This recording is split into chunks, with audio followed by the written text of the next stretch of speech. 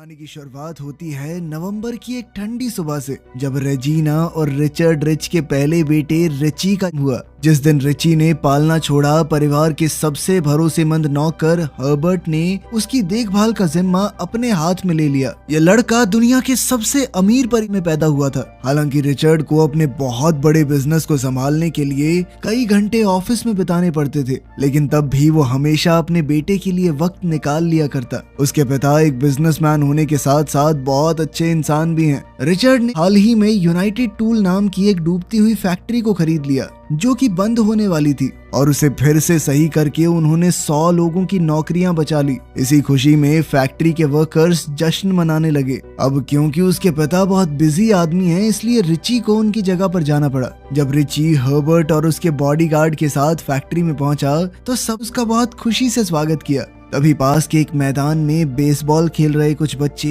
दुनिया के सबसे अमीर लड़के को देखकर काफी चकाचौंध में थे। इसकी जिंदगी सेट है भाई। वहीं इस भाषणबाजी के दौरान रिची उन बच्चों को देख रहा था कि यार इनका सही है, आराम से खेल रहे हैं। खैर, फंक्शन खत्म होने के बाद रिची मैदान की तरफ जाने लगा, लेकिन उसके बॉडीगार्ड फर्गसन ने उसे रोक लिया। गुस्से में हर्बर्ट ने बॉडीगार्ड को रिची पर से हाथ हटाने को कहा और प्यार से रिची को समझाया कि अभी हमें जाना होगा, बाद में किसी दिन खेल लेना आप। घर पहुंचने पर रिची का स्वागत उसके प्यारे कुत्ते डॉलर ने किया और फिर रिची अपने माँ बाप से मिलने चल पड़ा। घर जाकर रिची ने देखा कि उसकी माँ ने एक आर्टिस्ट से कहकर पास वाली पहाड़ी पर उनके परिवार की तस्वीर बनवा दी थी। कुछ ज्यादा ही अमीर नहीं है ये लोग। रिची को पढ़ाने का जिम्मा भी देश के बड़े बड़े साइंटिस्टों का था। अब वो अपनी साइंस क्लास के लिए प्रोफेसर कीन बीन की लैब में गया, जहाँ प्रोफेसर उसे अपने नए नए आविष्कार दिखाने लगा। उसने एक ऐसी मशीन बनाई थी जो कचरे को तोड़ मरोड़ कर उससे नई चीजें बना देती थी। प्रोफेसर ने एक बहुत ही ज्यादा मजबूत चिपकने वाली गोंद भी बना रखी थी। एक बुलेट प्रूफ स्प्रे था जिसे बस कपड़ों पे छिड़क दो और उसके बाद गोली भी आर पार नहीं हो सकती। आखिर में उसने रिची को एक रोबोट मधुमक्खी दिखाई, जो बनाई तो काम के लिए गई थी, लेकिन वो उसका इस्तेमाल करके हर्बर्ट को परेशान करने लग गया। लेकिन हर्बर्ट ने उसे आम मक्खी समझकर अपने अखबार से ढेर कर दिया। करोड़ों रुपए लगा के ये मधुमक्खी बनी थी और उसे यूं टेबल पे चपटा देखकर प्रोफेसर कीन बीन गुस्से से भर गया। उधर रेजीना की रखी हुई वो आर्टिस्ट लेजर बीम का इस्तेमाल करके मूर्ति को नकाश रही थी, और उधर से मिसेस रिच उसे बता रही थी कि कहाँ से क्या ठीक करना है। और रिचर्ड ना थोड़े मोटे लग रहे हैं, उनकी गालों का साइज थोड़ा कम कर दो। उसी शाम उनके घर पर लॉरेंस वैन डो नाम का आदमी बिना बताए आ गया। लॉरेंस मिस्टर रिच के पार्टनर्स में से एक है। रात को खाना खाते वक्त रिची ने टेबल के दूसरी तरफ बैठना पसंद किया, ताकि उसे लॉरेंस के साथ न बैठना पड़े। और रेजीना उससे कहने लगी कि बैठना तो मैं भी नहीं चाहती, लेकिन तुम्हारे पापा के साथ मीटिंग में शामिल तो होना पड़ेगा। दरअसल जब से रिचर्ड ने अपनी पहली कंपनी शुरू की थी, तब से लेकर आज तक उसने कभी भी किसी को नौकरी से नहीं निकाला, और इस पर उसे गर्व था। लेकिन लॉरेंस सिर्फ पैसों का भूखा था। वो रिचर्ड से कहने लगा कि इतना दान मत किया कीजिए, इस सब में कंपनी का 100 करोड़ से भी ज्यादा का खर्चा हो रहा है। तभी रेजीना बीच में बोल पड़ी कि मैंने और मेरे पति ने हमेशा मुश्किल में पड़े लोगों की मदद की है, इसीलिए तो वो पुरानी फैक्ट्री खरीदी। लेकिन लॉरेंस कहने लगा कि उस फैक्ट्री से तो सबसे पहले छुटकारा पाना होगा, बहुत वक्त लगेगा उसे मुनाफा देने में। मगर रिचर्ड ने कहा कि सही कह रहे हो, छुटकारा पाने के लिए उनके कर्मचारियों को फ्री में दे देते हैं, सबके बीच में थोड़े थोड़े शेयर बांट देंगे। तभी प्रोफेसर कीन बीन वहाँ आ गया और बताने लगा कि मैं महीनों से जिस मशीन पर काम कर रहा था, उसे बनाने में मैं कामयाब हो गया हूँ। उसने स्मेल मास्टर नाम का एक डिवाइस बनाया था, जो किसी भी चीज को सूंघ कर पता लगा सकता है कि आखिर इसमें है क्या क्या। नई नई चीजें देखकर रिची उसे आजमाने लग गया। रात को खाने के बाद मिस्टर एंड मिसेस रिच अपने मेहमान को हवेली से बाहर छोड़ने चले गए, लेकिन जाने से पहले लॉरेंस ने उन्हें चेतावनी दी कि अपनी सिक्योरिटी बढ़ा लो, दुश्मन बहुत हैं आप। लेकिन रिचर्ड कहने लगा कि इसकी कोई जरूरत नहीं है, क्योंकि जो भी कीमती चीजें हैं वो हमारे पास है ही नहीं, वो रिच परिवार की तिजोरी में सुरक्षित बंद हैं। ये सुनकर उस आदमी ने एक अजीब सी मुस्कुराहट दी और वहाँ से चला गया, क्योंकि वो जानना चाहता था कि तिजोरी आखिर है कहाँ। अगली सुबह जब रिची का अलार्म बजा तो हर्बर्ट उसे जगाने के लिए कमरे में आ गया और एक बहुत ही हॉट टीचर क्लॉडिया उसकी सुबह की एक्सरसाइज करवाने पहुंच गई। नहाने के बाद रिची अपने कमरे में लौट आया और उसने कंप्यूटर ऑन किया ताकि वो ये पता कर सके कि उसके पिता कहाँ पर हैं। स्कैन करने के बाद कंप्यूटर ने बताया कि उसके पिता इस वक्त व्हाइट हाउस में हैं। तभी रिची ने उन्हें वीडियो कॉल लगा दी। अपने बेटे का फोन देखकर रिचर्ड ने सोचा कोई जरूरी बात ना हो और उसने प्रेसिडेंट से कहा कि बस 1 मिनट में बात करके आता हूँ। लेकिन रिची तो दिखा रहा था कि पापा देखो ठुड्डी पे पिंपल हो गया मेरी। खैर अपने पिता से बात करने के बाद रिची स्कूल चला गया और अपने कुछ क्लासमेट्स से मिला। तभी एक बिगड़ा हुआ लड़का वेटर पर चिल्लाने गया क्योंकि उसने जो कॉफी मांगी थी वेटर दूसरी ले आया था। अपने क्लासमेट को थोड़ा शांत करने के लिए रिची ने उसके पिछवाड़े में अपनी तलवार चुभा दी, जिससे पूरी कॉफी उसके कपड़ों पर गिर गई। बाद में रिची जब घर जा रहा था तो हर्बर्ट ने उसे बताया कि आज आपकी ट्यूशन क्लास नहीं है, कैंसिल हो गई। तो रिची ने हर्बर्ट से कहा कि मुझे नई फैक्ट्री में ले चलो।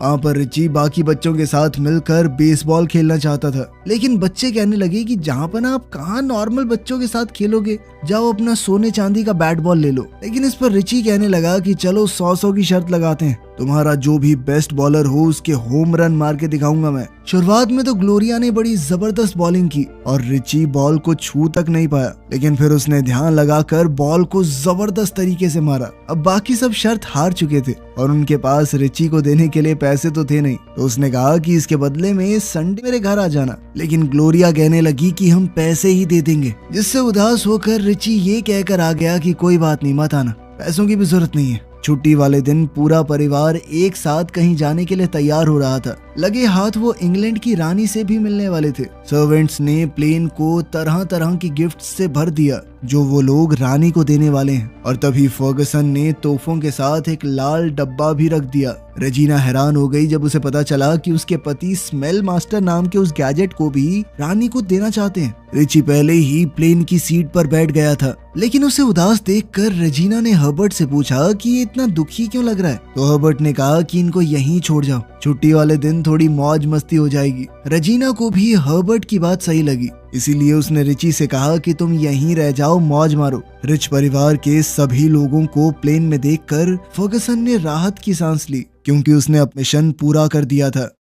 उसी दिन डायन, ग्लोरिया की माँ, हर्बर्ट के बुलाने पर रिची रिच की हवेली में आ गई। इतनी बड़ी हवेली को पास से देखकर बच्चे हैरान हो गए और फिर रिची ने भी बड़ी खुशी से उनका स्वागत किया। वो उनसे बिल्कुल भी नाराज नहीं था। रिची ने सबको अपने बड़े से घर का टूर दिया। उसके घर के अंदर अपना पर्सनल मैकडॉनल्ड्स था। खाना खाने के बाद रिची उन सबको अपने पर्सनल झूलों वाले पार्क में ले गया और सभी ने झूलों के मजे लिए। फिर सभी बच्चे क्वाड बाइक्स पर घूमने लगे। उस वक्त हर्बर्ट डायन को हवेली दिखा रहा था। तभी अचानक से बच्चे फुल स्पीड में आ गए, तो हर्बर्ट ने तुरंत डायन को अपने पास खींच लिया ताकि उसे चोट न लगे। हवेली के आसपास रोमांच जारी रहा। अब रिची डॉलर और ग्लोरिया के साथ पेड़ के नीचे आराम करने लगा, जबकि बाकी बच्चे झील में जेट स्की चला रहे थे। आखिरकार रिची सबको रोलर कोस्टर वाला झूला दिखाने ले गया, जो उसे क्रिसमस वाले दिन गिफ्ट में मिला था। दूसरी तरफ ऑफिस में लॉरेंस ये सोचकर खुश होने लगा कि अब तक तो रिच परिवार समुद्र के बीच खो चुका होगा। उसने तो बड़े कमरे में शिफ्ट होने की तैयारी शुरू कर दी थी। उधर प्लेन के अंदर रिचर्ड ने अपनी बीवी से कहा कि अभी तुम प्लेन को संभालो, तब तक मैं कॉफी लेकर आता हूँ। रेजिना को शक हुआ कि उसका पति रानी के लिए ली हुई चॉकलेट्स खाने वाला है और उसने मना किया कि वो मत खाना। लेकिन रिचर्ड झूठ मूठ कहने लगा कि मैं अपनी डाइट के साथ मजाक नहीं करता। कॉफी पीने का नाटक करते हुए उसने स्मेल मास्टर निकाला और फिर चॉकलेट्स का डब्बा ढूंढने लगा। चॉकलेट तो नहीं मिली, लेकिन उस लाल तोहफे के अंदर एक अजीब सा केमिकल मिला। रिचर्ड रेजिना से पूछने गया कि इसके अंदर क्या है। केमिकल का नाम सुनते ही रेजिना समझ गई कि ये एक बॉम्ब है और उसने कहा कि तुरंत इसे बाहर फेंक दो। रिचर्ड ने जैसे ही खोलकर देखा तो टाइमर में अब कुछ ही सेकंड बचे थे। उसने बम को खिड़की से बाहर फेंका, लेकिन वो प्लेन के पिछले हिस्से से टकराकर फट गया। नुकसान की वजह से अब उनका जहाज नीचे गिरने लगा। हादसे की खबर आने से पहले ही लॉरेंस ने तो रिचर्ड के ऑफिस में अपनी जगह बना ली और अपनी कामयाबी का जश्न मनाने के लिए उसने वाइन की बोतल खोल दी। अपने नए दोस्त को अलविदा कहने के बाद रिच को ये दुख भरी खबर मिली कि उसके माता पिता का प्लेन अचानक से गायब हो गया है। रिची तुरंत अपने कमरे में दौड़ा और कंप्यूटर का इस्तेमाल करके अपने पिता का पता लगाने की कोशिश करने लगा, लेकिन लंबी तलाश के बाद भी कोई सिग्नल नहीं मिला। फिर जब ये खबर हर तरफ फैल गई तो फर्गसन लॉरेंस के नए ऑफिस में जाकर बताने लगा कि हमारे प्लान में थोड़ी सी गड़बड़ हो गई है। पता चल रहा है कि रिची को ऐन वक्त पर प्लेन से उतार दिया था, इसीलिए उसके परिवार की पूरी संपत्ति का कानूनन वही वारिस बनेगा। ये सुनकर लॉरेंस गुस्से से भर गया, लेकिन फिर कहने लगा, जैसा मैंने उसके माँ बाप के साथ किया है वैसा ही इसके साथ भी करूंगा। समुद्र में तलाश शुरू कर दी गई, लेकिन अब तक मिस्टर और मिसेस रिच का कोई पता नहीं चला। लेकिन फिर भी रिची को यकीन था कि उसके माँ बाप जिंदा हैं। खुशकिस्मती से लड़के का यकीन सही निकला, क्योंकि दोनों एक लाइफ बोट का इस्तेमाल करके खुद को बचाने में कामयाब हो गए थे और वहीं पर मदद का इंतजार कर रहे थे। रिचर्ड उस डिवाइस को ठीक करने की कोशिश कर रहा जिससे वो अपने बेटे से बात किया करता था, क्योंकि उसे विश्वास है कि इस तरह रिची उन्हें ढूंढ निकालेगा। मगर उसे ठीक करना इतना भी आसान नहीं था। वहीं रेजिना को पूरा यकीन था कि इस बम को प्लेन में लॉरेंस ने रखवाया है। वो कहने लगी कि तुम्हें लॉरेंस को कई साल पहले निकाल देना चाहिए था, लेकिन रिचर्ड अभी भी इस बात को मानने के लिए तैयार नहीं था। इस वक्त दोनों की सबसे बड़ी चिंता ये थी कि वो रिची को चेतावनी दे सकें कि उसकी जान खतरे में है, क्योंकि जिसने भी प्लेन में बम लगाया वो उसे भी मारने की कोशिश करेगा। अब रिचर्ड की गैर मौजूदगी में लॉरेंस कंपनी का नया प्रेसिडेंट बन गया। उसने पहला ऑर्डर दिया कि वो नई फैक्ट्री थी ना, उसे बंद कर दो, जिस वजह से ग्लोरिया की माँ की नौकरी भी चली गई।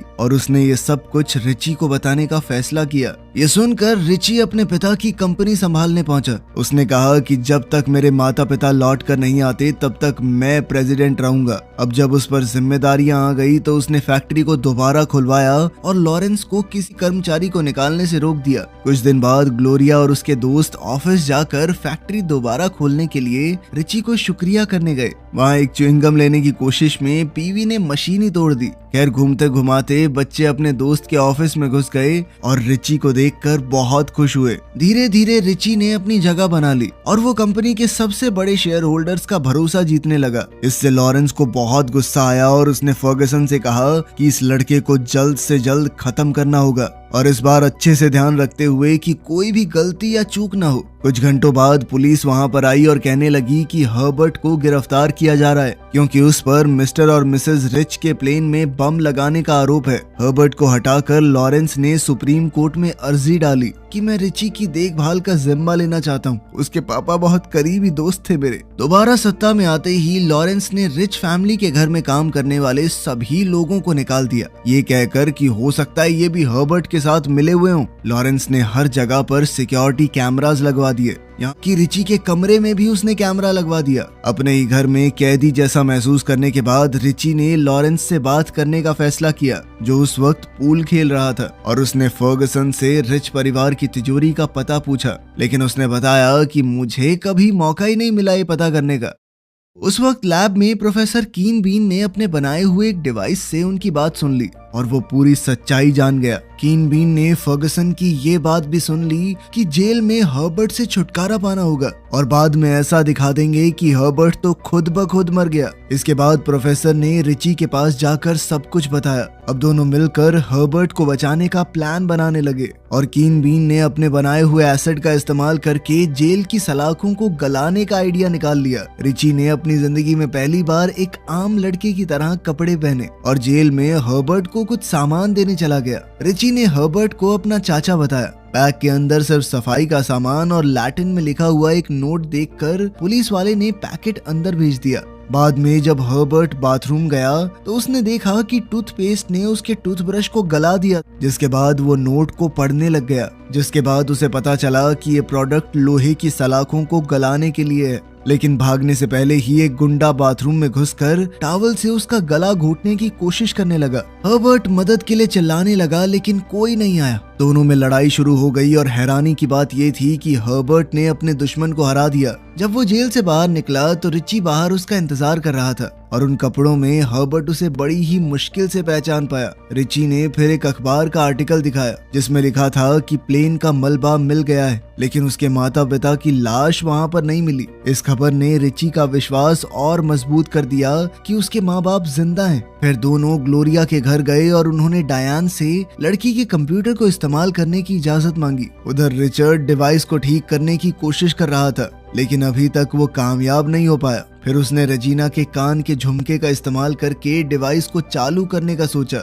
और वो कामयाब भी हो गया। ग्लोरिया के कंप्यूटर तक पहुंचने के बाद रिची ने कुछ कोड्स का इस्तेमाल करके उसे अपने घर वाले कंप्यूटर से जोड़ दिया, लेकिन हवेली में बैठा एक सिक्योरिटी गार्ड समझ गया कि क्या हो रहा है और उसने फर्गसन को इस बात की चेतावनी दे दी। रिच फैमिली की तिजोरी का पता लगाने के लिए लॉरेंस ने प्रोफेसर कीन बीन से जानकारी निकालने का फैसला किया, लेकिन फिर उन्हें खबर मिली कि रिची रिच अपने कंप्यूटर से अपने माँ बाप को ढूंढने की कोशिश कर रहा है। कंप्यूटर ने रिचर्ड को ढूंढ लिया और बिल्कुल एग्जैक्ट लोकेशन बताने के लिए कुछ मिनट का समय लगेगा। इसी दौरान फर्गसन ने कमरे में पहुंचकर कंप्यूटर की तार निकाल दी, जिससे रिची का कनेक्शन टूट गया। अब लड़के को अपने दोस्तों की मदद चाहिए थी ताकि वो हवेली में घुसकर अपने कंप्यूटर तक पहुंच सकें। इसी बीच लाइफ बोट में रिचर्ड और रेजिना ने राहत की सांस ली जब एक हेलीकॉप्टर उन्हें बचाने आ गया। वो सोच रहे थे कि इसे उनके बेटे ने भेजा होगा। फिर रात को रिची अपने घर के बगीचे में घुसकर दोस्तों को सिग्नल देने लगा कि वो वॉचमैन के ऊपर हमला कर दें। प्लान के हिसाब से ही सभी लोग हवेली घुसने में कामयाब हो गए और सीधा लैब में कीन बीन के पास चले गए। प्रोफेसर को आजाद करने के बाद रिची उससे गार्ड को भटकाने में मदद मांगने लगा। जब वो हर्बर्ट के साथ मिलकर अपने कमरे तक पहुंचने की कोशिश कर रहा था, प्रोफेसर ने सिक्योरिटी गार्ड को भटकाने के लिए गार्डन को पानी देने वाली टंकी में केमिकल मिला दिया और अचानक से फाउंटेन में कई बुलबुले उठने लगे। और जब हवेली में काम करने वाले लोग इस प्रॉब्लम को सुलझाने के लिए इकट्ठा हुए, तब पीवी और बाकी बच्चों ने सिक्योरिटी कैमरास बंद कर दिए। तब रिची और हर्बर्ट बेडरूम में दौड़ कर गए, जबकि बाकी बच्चे हवेली से बाहर भागने लगे। लेकिन कंप्यूटर चेक करने पर रिची उलझन में पड़ गया, क्योंकि कंप्यूटर ने बताया कि उसके पिता तो हवेली में ही हैं। उनको हैरान करने के लिए लॉरेंस पहले से ही कमरे में उनका इंतजार कर रहा था और बेचारा रिची अपने माँ बाप को बंधा हुआ देखकर दुखी हो गया। बाहर एक सिक्योरिटी गार्ड ने बाकी बच्चों को पकड़ लिया और फर्गसन ने उन्हें लैब में ले जाने का आदेश दिया।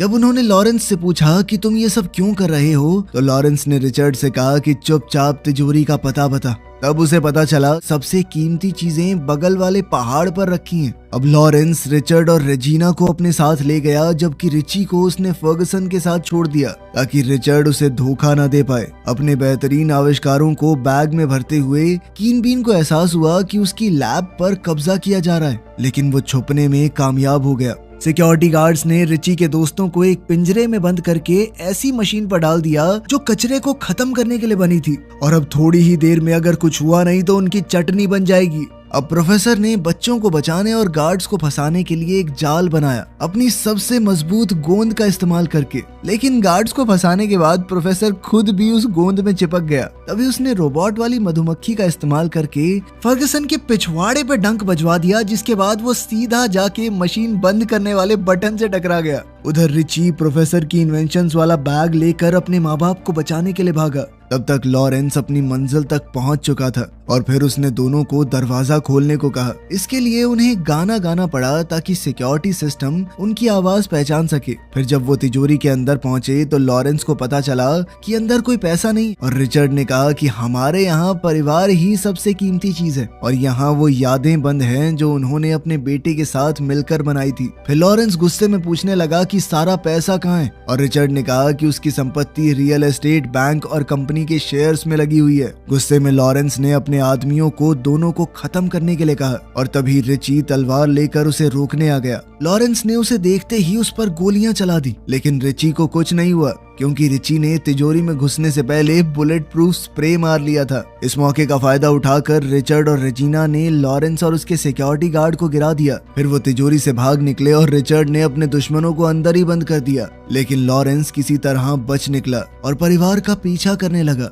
अब तीनों को अपनी बनाई हुई मूर्तियों के कान के रास्ते से भागना पड़ा। फर्गसन ने उन्हें देख लिया और वो लेजर बीम का इस्तेमाल करके उन्हें खत्म करने की कोशिश करने लगा। थोड़ी देर बाद लॉरेंस भी वहां पहुंच गया और उन पर गोलियां चलाने की कोशिश करता रहा, लेकिन उसके अनाड़ी सिक्योरिटी गार्ड ने उसे रोक दिया। जब रिच परिवार धीरे धीरे मौत के मुंह की तरफ बढ़ रहा था तो हर्बर्ट ने आकर फर्गसन पर हमला बोल दिया। दोनों के बीच जबरदस्त लड़ाई हुई और फर्गसन ने एक बार फिर से लेजर का इस्तेमाल करके मूर्तियां तोड़नी शुरू कर दी। रेजिना गिरने वाली थी, पर तभी रिचर्ड ने उसे झुलाकर सीधा अपनी मूर्ति के मुंह पर पहुंचा दिया। फिर वो अपने बेटे को नीचे आने में मदद करने लगा, लेकिन फर्गसन परिवार के लिए मुश्किलें खड़ी करने पर तुला हुआ था। हर्बर्ट को हराने के बाद सिक्योरिटी गार्ड फिर से मूर्तियों को तोड़ने में लग गया और तब तक नहीं रुका जब तक हर्बर्ट ने उसके सर पे एक मूर्ति देके नहीं मारी। फिर हर्बर्ट ने लेजर के ऊपर कब्जा करके लॉरेंस पर हमला कर दिया और लॉरेंस अब एक रस्सी से लटका हुआ था। ठीक उसी वक्त पर रिचर्ड ने उसे अपनी कंपनी से निकाल दिया